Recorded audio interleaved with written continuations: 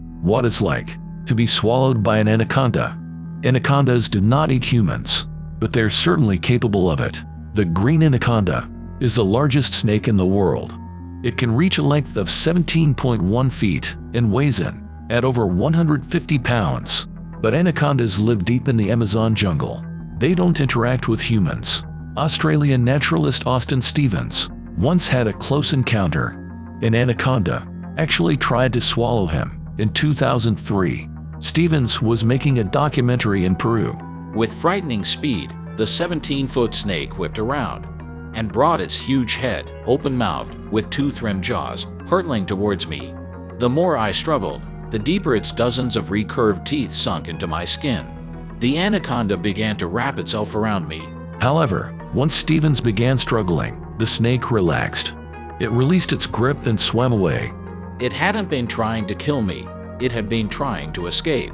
I had attacked it after all. Anacondas choose their prey carefully. It's highly unlikely they'd consider a human edible. Wild animals tend to avoid unfamiliar things. But what happens to a creature that has been swallowed? First of all, snakes don't normally eat their victims alive. The green anaconda is not venomous. It relies on brute force to kill its prey before eating it.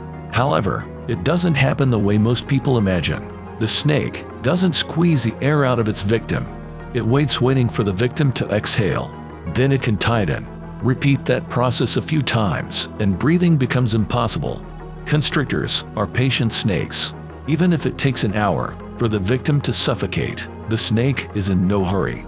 That's why fighting back worked so well for Stevens. The snake doesn't expect any resistance.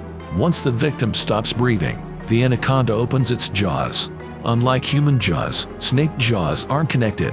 They can stretch and open wider than the snake's head. An anaconda will wiggle its jaws to fit the prey into its maw. Then it will slowly, carefully maneuver it down its esophagus. By then, the victim is wrecked irreparably. It's not just breathing. The squeezing overwhelms the circulatory system. Blood cannot get to the brain, causing lethal ischemia. Indeed, anacondas live in water, so most victims drown before any of that happens. An anaconda will usually pull its victim underwater. That's what happened to Stevens. He would have drowned if he hadn't begun thrashing about. But don't snakes get hurt by swallowing huge prey? Oh yes, they do, which is why they tend to avoid it. Constrictors are only built to swallow. Simply put, they're physically incapable of throwing up. They can chew or take a bite out of their food. So it's either swallow the whole thing or let go. If a snake has been too rash, it will regurgitate a large creature. But this takes even longer than swallowing. Most of the time, it ends with the snake dead. Otherwise, the prey is digested by enzymes. If it's big, the snake may need weeks to digest it. It won't hunt or move much during that period. Once the food is digested, it will be excreted. Then the snake will start searching for the next meal.